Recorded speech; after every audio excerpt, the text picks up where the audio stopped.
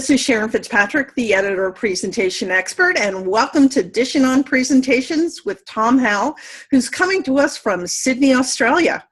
Good day, Nate. Good day. How are we going today? Good, thank you. Thanks for joining us. It's your morning and my afternoon, so it's an absolute pleasure. I want to thank you for doing this. So I've been really intrigued by a lot of the things you write, and congratulations on applying for the Microsoft MVP program. They're lucky to get you. Thank you very much. So the role of the presentation designer, it's definitely grown and seems to have more of an important role in companies. Why do you think that is? To be honest, I really think it's the newest sphere of design. So in a very short history, we started off with print design. We moved on to motion design as things that were printed started to move. And then we moved into interactive design. And I think now presentation design is coming to the forefront. And that's because companies and corporations and businesses around the world are starting to realize that how they look in all senses is really important. I remember in the late 90s, how their website looked was the most important thing that a company could do. They had to have the best looking website, and that the standard boring HTML sort of just page with a couple of icons didn't cut it anymore. And that's where interactive design really exploded. And it exploded in a way that is still sort of churning out and bigger and bigger and bigger. I think presentations is in the middle of that explosion. And I think for the last 20 odd years, there has been sort of the rumblings of that, and it has started to grow. And the leaders, the company leaders who are recognizing this are really investing in presentations. They're investing in better presentation collateral. But it's starting to sort of affect more and more and more now. We're getting on that curve where companies can't just go out with bullet points. Because it doesn't reflect their brand. And they're starting to realize that, I mean, my personal saying is behind every big business decision, within 1 or 2 meetings, there is a PowerPoint presentation. So you've realized that the power of the persuasion of that presentation is actually what's driving decisions in business. And that's sales decisions, that's promotional decisions, that's internal strategy decisions, that's shareholder decisions. That is every business decision that goes on within 2 meetings. It might not be that final meeting at the decision stage, but definitely within 1 meeting of that. And so companies are really starting to realize that there is power in that, and the persuasion level of that really is starting to come to the forefront. So I have to ask, you have a theatrical lighting background, design background. How did you get from that to presentations? That's a long story, which we might not cover in a full hour. But the short story, I guess, is I grew up in Queensland in Australia, and I studied lighting design at university. And lighting design is theatrical lighting design specifically it's painting with light. So it's creating a painting that is dynamic and movable, but with light. And that really interested me, and that sort of sparked my design and really fed my creative need to nurture. I nurtured that creativity in that area. I then had high aspirations and moved to London, thinking I'm a graduate of lighting design. I can conquer the world. Moved to London to aim to work on West End, which is the big theatrical precinct of London, and realized that thousands and thousands of other graduates had done exactly the same thing. I was not unique. I was not standout, and I had the big disadvantage of having moved from overseas to do that. I hadn't built up that network, and I really struggled. It was a terrible first year in London, and by absolute sheer happenstance, I was living with a marketing director for another company in London. Everybody flat shares, and she was having trouble with the PowerPoint presentation. And the presentation was a pitch to PepsiCo to take over a piece of their marketing, and she was just really struggling with the visuals of it. And we were talking about it, and we'd agreed she cooked me dinner, and I'd have a look at her PowerPoint presentation. So it sort of started from there. I had a look. I got into the nuts and bolts of it. I'd used PowerPoint quite a lot before, but I really sort of started to get into the nuts and bolts of it, and really started to take on the challenge of it and applying graphic design principles within the program. And she did the presentation, and it was a hit. And she immediately said to me, Tom, you have to be freelancing in PowerPoint. You have to be a PowerPoint specialist. And so I did. So I was put in touch within sort of a month of that, I was working with Barclays Bank. I was working with Smirnoff Vodka on the Diageo company. I was working with Universal Pictures doing their shareholder presentations. It just exploded in a way that I had never expected. So that from there, it spurred me on. And when I do mention sort of the presentations side exploding, those, 10 years ago, those were the companies that wanted to make sure their brand looked amazing in presentation collaterals at all times. And they still are today, but what we're seeing is many, many more companies are now realizing the exact same thing. Yeah, I mean, I definitely see that. I mean, I can see where, in a way, I love how you describe kind of, adding light, painting it almost the whole picture. You do that with PowerPoint. I mean, I work with a lot of companies that give me a couple bullets, maybe 20 bullets in 2-point type, and they say, well, what's wrong with this slide? So you have to try and paint an image of what they're trying to get across, and that's definitely appropriate. I can tell you really love this. You really enjoy doing presentations. What do you love about it? I love that it's a medium that has so much flexibility, and when you look back over the history, print design is quite set in its ways. Motion design is very much set in its ways now. Interactive design still has some legs left on it. I think it will change as 3D and as virtualization comes into play. That's really going to affect interactive design, and so there's still a bit of play left in that, but presentation design still has the most amount. It's still quite new in terms of a design-specific industry. So we're only just at the start of the road, and the road can go in a whole heap of different directions. And I really love the challenge. I love that Microsoft PowerPoint itself is a program that has been used for well over 15 years, but has graphic design capabilities, but never really utilized or never utilized to the masses, I should say. I think there is definitely a 10 to 20% of users that do have experience and that do call themselves presentation designers, rightfully so, because they do design in PowerPoint. But the bulk majority of people that open up the PowerPoint program are not designers, and they're not used to doing this. They're the 20 bullet points, 2-point font saying, what's wrong with this? So it's that beautiful medium of the accessibility that the program has. And multiple programs have the same accessibility, but it's the accessibility that Microsoft PowerPoint has, that anybody can use it. Anybody can open it up, change the text. And so I love it because it's not just presentations now. We're starting to take on print design and motion design and interactive design. So it's this one industry new body that is starting to take on the other bodies. You can comfortably do a brochure design in PowerPoint and it will look fantastic. And you can send it to a professional printer and have it printed. You can create videos in PowerPoint. You can edit videos in PowerPoint now. You can create interactive experiences in PowerPoint that are touchscreen enabled and take users through customized journeys. It's just, as a program itself, it has so much flexibility, and I think it will always struggle to know its place, because its place used to be on a projector, up on the wall, in a business meeting with 50 people or 30 people or 10 people surrounded by it, squinting at a poor contrast projector, we're trying to read 2-point font with 20 bullet points. So it's starting to emerge, and that's what makes me really passionate, is seeing that emergence of not only the program but the sphere of the entire industry, and how presentations happen now are changing. And so we're seeing a lot of big changes. Most boardrooms now don't have a projector; they've got an LCD TV, and that changes the game. That changes the game for presentation design. And it'll change again in 12 months' time when we're starting to see 3D headsets, and it'll change again a year after that. So I love it. It's not a fixed medium. It's not you learn this path and this path is forever. And look, I don't want to sort of I don't want to cast aspersions on print designers, but they have a very fixed progression of. You start in artwork, you move up into layout, and then you move to art direction, and then you move to creative direction, and that's sort of the entire sphere. Sorry.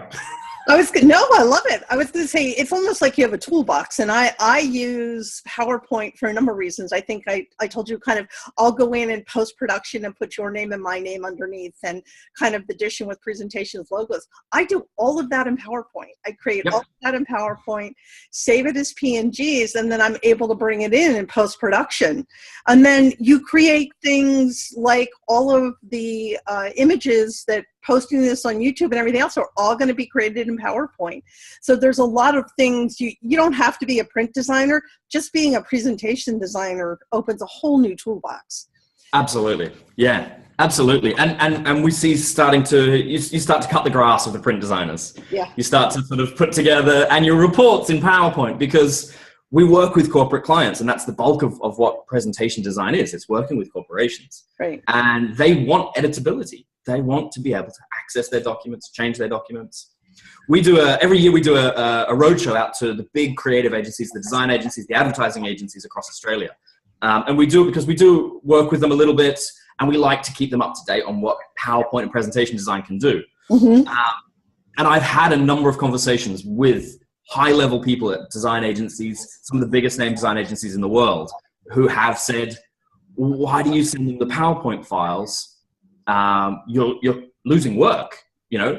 And the conversations that they've told me is almost up to 30% of their income is doing client edits. Wow. When they send a PDF to the client of even a PowerPoint, they'll PDF it, they'll send the PDF, the client will mark it up in pen, or they'll mark it up with notes and send it back, and then that'll go back to the designers, who will have to unpackage the file, open the file, make the edits, save the file out, send the PDF off. And that's almost 30% of their revenue. Wow. So that seems to be just almost a revenue generating side of it. And we really wanted to cut that out. We wanted to say, look, we want to do an animated video and send it to someone, and they can go in and they can change the text. Right. That's new. That's revolutionary. It's using a program that's been around since computers almost, since corporate computing. But it's using it in a different way. And so it's that problem solving. I'm kind of excited to figure out how to learn about the new digital ruler, because I have a tablet, I have my computer and everything else. And then also too, the idea of having this free form, being able to remove the background from pictures, which when I opened PowerPoint this week, that's what I discovered. I'm excited about that. So, you know, it's always a challenge to figure, and that's why I love Office 365, because you're always getting that, you know, you're always on top of that. So yes, absolutely. One of the things I struggle with is, where do I go to learn new skills? So if I want to learn more about how to be a better presentation designer, sometimes I have to go really look for resources. Where do you go? It's so hard. And I really think that is sort of the fundamental reason why it's quite a new industry, because there isn't those sort of figures that have been in it for 40 years. And that there's no set rules. So to find resources, I've and as a fundamental of what we do at Synapsys Creative, we have 4 tenets of how we do presentation design, and I'll briefly recap them because it flows into everything I do. We do presentation design as an on-screen medium, so that's your LCD TVs, your projectors, your big presentations. We do it interactive design, so made for interactivity. So it's often iPads, it's functional menus, it's being able to sort of click hyperlinks throughout a presentation to link to alternate slides and alternate endings, and it's non-linear. So it's having discussions that are sort of a little bit more organic. We then have made to animate, which is basically video production. It's video production in PowerPoint. It's a basic mid-level video production, animated explainer videos, things like that, where the primary output is a video file. And often the client wants a video file. And with social media exploding, people want 130-second clips over one 10-minute clip that they produce in a year. They'd rather 130-second clips that they can push out to social media. And PowerPoint makes that really possible and really engaging and really easy to do. The fourth one is print design. So it is designing A4 documents. It's designing US letter documents, and so on and so forth, designing for print medium. So where I find resources, I look to those avenues. So there are fantastic resources about how to frame a movie, how to frame a 16:9 movie, because movies now use 16:9 ratios. Right. It's the same as PowerPoint. And how do they work? Do they use center line? What is a center line in a movie context? It uses impact and framing and blocking a cinema. What do directors use to create the visual eye? How do we follow what's going on screen at one particular time? And one of the fundamental ways they do it is by blocking things off in certain areas. So they'll have, in a conversation, they'll have the head here and someone talking here. Right. And so they actually block it off in that way. And so learning why they do that and how they do that in a motion context influences how you design animated presentations, because you learn that the human eye can't take in the whole screen at the same time. They can only take in portions at a time, and you need to lead them on that journey through those portions. So I will search how to do video, how to be a director, read free articles on how to be a movie director. And it seems very obscure, but it's so applicable. The history of the 4:3 ratio and why it moved to 16:9 is amazing. There's some phenomenal video resources out there. And there's a website called Film IQ that encompasses all of those sort of very much directors. And it's for directors. It's for movie directors or people studying to be movie directors. Print design. I go into complete print design mode. And so I look into magazine layouts are a phenomenal area to look at, because they combine the need for weighty information with graphic design. And so what you see when you do a print design layout in PowerPoint, especially in on-screen as well, is that you have heavy print. And so learning the principles of print design in a magazine format really helps you enable to work out how to use design in a presentation format, because you're working with a lot of content. And so how to work with a lot of content, but also include imagery that complements, persuades, uses grids, and how to use grid layouts within that sort of principle. Interactive design, again, you look to web design. And so you look at a website and you go, what makes this website easy to use? What makes this website functional and easy to understand? And you can look up, principles of web design, and that will influence your presentation design, both in an interactive sphere, but also in a top-level sphere. So the leading stuff with web design at the moment is looking at heat maps of what people look at on your website first. And so you can do heat maps of your own websites, and there's all sorts of resources out there. But what they do basically is they eye track what people are looking at. And they do studies of why people look at certain parts of your website first. And so that still applies to presentation design, because when you throw a slide up on screen, you want to know instinctively what people are looking at first. So to find resources, it's actually looking outside. It's looking outside presentation design. And there's definitely a lot of resources within presentation design that really do take you through a lot of really interesting stuff. And I always avoid the how-tos, because there are so many phenomenal people out there doing how-tos. And it's amazing. And I love it. And if I ever get stuck, I go to the how-to in PowerPoint, how to do this, how to do that. And they've got it covered. They've got everything down. So from a technical sphere, there's so much material out there on YouTube, on various other websites, even on your own website has some phenomenal amount of how-tos.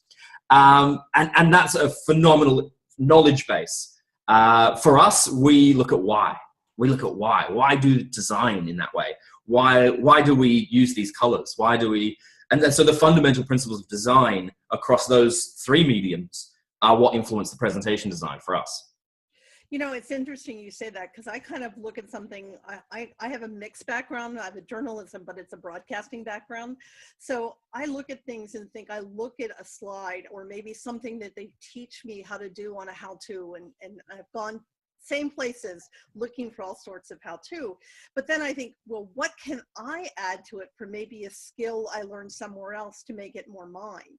And I think that's where you start experimenting, whether it be adding transparencies or, adding that 3D. I know what you're saying about with, the close and the front and, dividing it in three, and, how do you create that symmetry and that kind of illusion of 3D in PowerPoint. And yeah, absolutely. It's a lot of fun.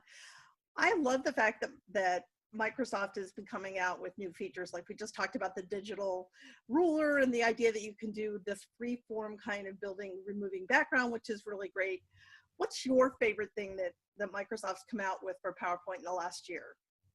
There's probably two, and I can't split them. And I would, I guess, preface it with the features that they have brought out have been phenomenal. In our industry, because we work on so many, we get a limited ability to distribute using a lot of these features because of the backwards compatibility, and that's always going to be a thing. It's always going to be something that we're going to have to deal with, and that's something we understand. And knowing the audience and knowing how your file will be used is always going to be important in presentation design. It's something that print designers don't have to deal with, nor do video designers. They create a video, they save the video, they send it off. You create a print file, you save the PDF, you send it off. You create a PowerPoint. If you've got fonts in there, you've got to consider where it's going to be used and what fonts you've used and what's compatible. Likewise with the new features, a lot of the new features of Microsoft, phenomenal features, but there's always that consideration. But primarily the two big ones have been Morph and Zoom. And they're the ones that are spoken about the most. And they're my favorites because they fall into those four categories. Zoom is the new interactivity. It's going to be the way people interact. And so it's designed to really support that fundamental non-linear presentation format. Rather than just a hyperlink now, you can now create a Zoom link, which links in a really dynamic and emotion designed way. So I am seeing, as Microsoft develop tools, they are developing some tools that fall into these four categories of design, and they are starting to support PowerPoint as an animation tool, rather than PowerPoint as a bullet point tool, which was the original purpose. So they are really starting to support the ability to export as a video. And it's been around for ages, but with Morph, they are really starting to sort of invest time in the tools to be able to create dynamic animations. Not just for the purposes of, you know, a boomerang flying on page and going, here it is, but for the purposes of being able to understand how things move and being able to create movement patterns that are user-driven and really catch the user's eye for specific reasons. So Morph is the animated side, which is one of my absolute favorite new features, and Zoom on the interactive side. And I think we're going to see a lot more interactive in presentations over the next 5-10 years. I think it's going to be a really big push. You know, it's funny you say that. They're my two favorites too, and I think everybody loves it, you know, and I think it's just really changed. I mean, before we had Prezi and some of the other things, and, you know, this is definitely has it in a package that everybody loves. So here's your 5 minutes of fame. Microsoft is listening. What would you tell them is the next set of features they should add to PowerPoint? Look, fundamentally, keep building on the interactive and motion. They're going to be the big drivers. Everyone's talking about video. In marketing circles across the world, in all corporations, video, video, video. And what we're seeing at the moment is video is really pushing across social media. It's pushing on a consumer base. So companies are pushing videos out to consumers. And consumers are loving it. They watch videos, they watch a 30-second clip. It's fantastic. We're starting to see that turn and invert inside corporations. So when a company wants to release a new project management software, they'll come and they'll put 5 videos together for their own staff. And so you're starting to see that. And because it's a low-cost platform, because PowerPoint design and video design in PowerPoint is a lower cost than getting a film crew in and you know, spending $100,000 on a 30-second video, it's really starting to fundamentally change the way businesses are communicating internally. We work with people that are building out videos monthly, and they'll send a video out to their team a month. So really supporting that platform. And there's a few things to support that platform. Exporting as a video has some fundamentally small, some limitations. You can't export natively. You can't change frame rates. You can, but you need to create your own tools. So there's a few things in the video export side that would be great to start looking at. Being able to export and being able to select export options other than presentation quality, web quality, and phone quality or short quality. I think the advanced user needs some more capabilities in that area. So it'd be great to see some support in that side. On the interactive side, I think they're doing a phenomenal job. I think the triggers need a little bit more work. At the moment, you can trigger an animation or trigger something on a click. But when you start looking into interactivity, you're looking at mouse overs as well. And so it would be great to start supporting some more mouse over movements and some more actions on mouse over that include animation on slide. At the moment, you can mouse over an object and it changes the slide. but you can't mouse over an object and a menu comes in. Yeah. Or you can, but it takes about 8 slides. So there's some support levels there. On the print side, CMYK. Yeah. You know, just it's a no-brainer at this stage. So many corporations are producing documents in PowerPoint, and documents in PowerPoint then become, in the same way that presentations did, people start stealing pages from one to the other, and they create what isn't anymore an internal document. It becomes an external document. And so you see a lot of that happening in print design areas now. The more presentations that are print presentations or print design pieces that come out internally, the more we're going to start to see them come externally, and we need CMYK for that. We just do. That's a no-brainer. Yeah, I would totally agree with you on this CMYK, and I look at the frame rate too. I'm with you about the video, because I'll take video and I will use it to maybe create the animation before the post-production final, and I use it. Yep. But I have to worry about the frame rate, because I want to bring it in and it's at a different frame rate than necessarily I use Power Director to do all my video editing. So you have to play around with it. So it's kind of like putting the glue together and hoping that when you stand it up, it doesn't fall apart. Yes, yeah, and a bit of advanced user support in those areas would go a long way, I think. We know it's possible. People have written macros to be able to edit the frame rates of outputs, and you can get, I think, up to 99 frames per second. But that's in the deep macro areas of PowerPoint and creating your own macros. And we do create some of our own macros in-house. We created Morph 2 years before Morph existed. But we did it on single slide. So rather than a transition, you can create 2 shapes and create a morph between. Back then it was called a tween. And you probably know, as in video terms, we created a tween that was sort of more tween-based than sort of a cross slide. So we're problem solvers. Sorry? You could do a crossfade and get kind of the same idea where you're kind of going across it. Absolutely, absolutely. And it's a basic shape tween, and we did it primarily to execute the Ken Burns effect, which is the slow pan and zoom across imagery. Right. So you'd take one image, you'd copy that image to the second position, and you'd tween between the two, and the image would either grow to the size of the second image, or grow and move, or just move, or rotate, or and so on and so forth. But that was used in an image sense, and then we found shapes also did the same thing. So they would conform by size, they would reconstrain, and they would sort of move in a motion pattern as well. But that would have been a great tool to have a few years ago. It still would be a great tool to have on a slide instead of just one motion path to motion path, or tween effect would be amazing as well. Yeah. I think the whole idea of being able to use PowerPoint and how we use it, like in a webinar or an online event, and the quality, CMYK would totally help with that, because definitely you're kind of at the mercy of whatever the frame rate is and how it's being sent, and you're just missing that crispness that you want to see when you see a commercial or an interactive video on a website. So we're definitely getting there. We've got, I think, a great foundation. I think the next step is let's just see what else they come up with. Yeah, that would be wonderful. Absolutely. Well, I want to thank you, Tom. This has been great. It's been great getting to say hello again and catch up. And thank you so much for joining us. And this is it for Dishing on Presentations.